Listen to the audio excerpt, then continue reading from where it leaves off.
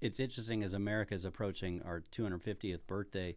It really does seem like our country is kind of at a turning point, or a fork in the road trail. Which path do we go down? Do we go this way? Do we go that way? What would your message be, or what's going through your mind, especially as you talk about the schools? Like, what would you be telling teachers today, superintendents today, kids in the classroom, parents? Well, Aaron, this woke stuff has to go away. I mean, it's ridiculous. I mean, there are two genders. Let's get real.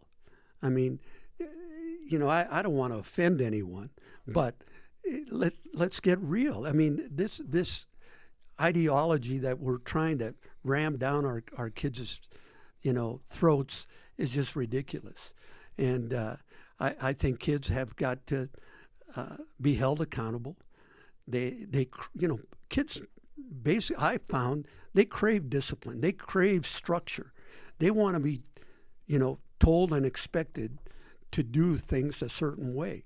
And, what happens oftentimes is that if you're not getting that discipline and that accountability at home, then it gets thrown on to the teachers and to the educational system. And what happens oftentimes is the educational system wants to take the easy way out. And so, we have school boards and we have administrators today that want, everything to go hunky-dory, and they basically sometimes don't do what's right. And, they want to keep everybody happy. I remember when George W. Bush, I think, would call it the soft bigotry of low expectations, in the classroom.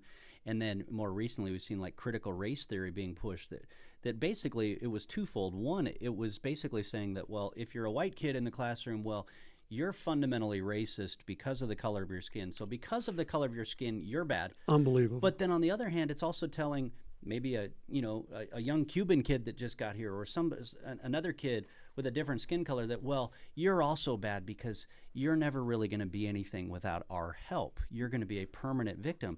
And that also is fundamentally racist, and fundamentally it just leads to bad outcomes.